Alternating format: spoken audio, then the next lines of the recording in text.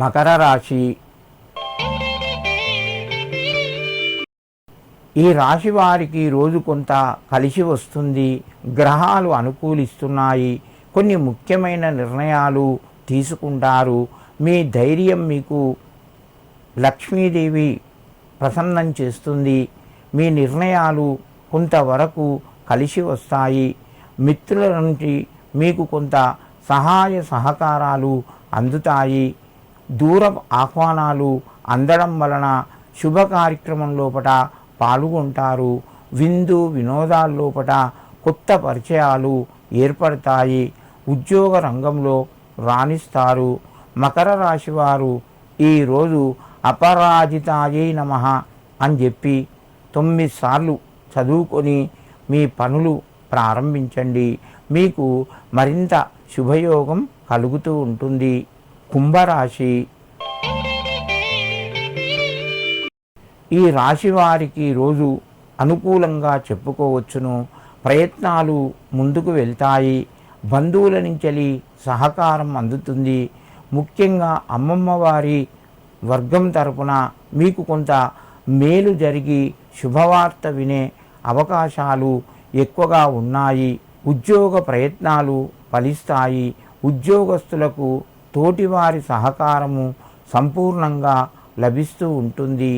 ఆరోగ్యపరంగా అనుకూలంగా ఉంది. కుటుంబ సభ్యుల మధ్యన సహాయ సహకారాలు పెరుగుతాయి. కుంభరాశి వారు ఈరోజు ఓం శ్రీ అపర్ణాయై నమః అని చెప్పి అమ్మవారిని 7 సార్లు తలుచుకొని నమస్కరించి మీ పనులు ప్రారంభించండి. మీకు మరింత శుభయోగం కలుగుతూ ఉంటుంది. మీనరాశి.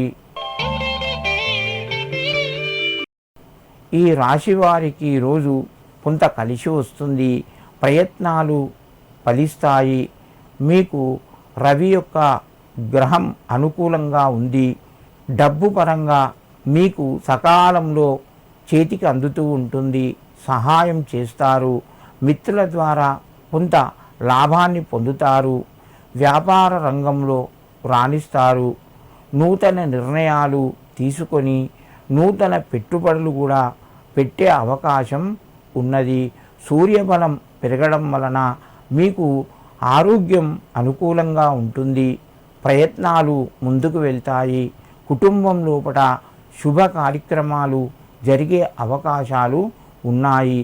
మీనరాశి వారు ఈరోజు శ్రీ రాజరాజేశ్వరి నమః అని చెప్పి అమ్మవారి నామాన్ని 11 సార్లు చదువుకొని మీ పనులు ప్రారంభించండి. మీకు మరింత శుభయోగం కలుగుతూ ఉంటుంది.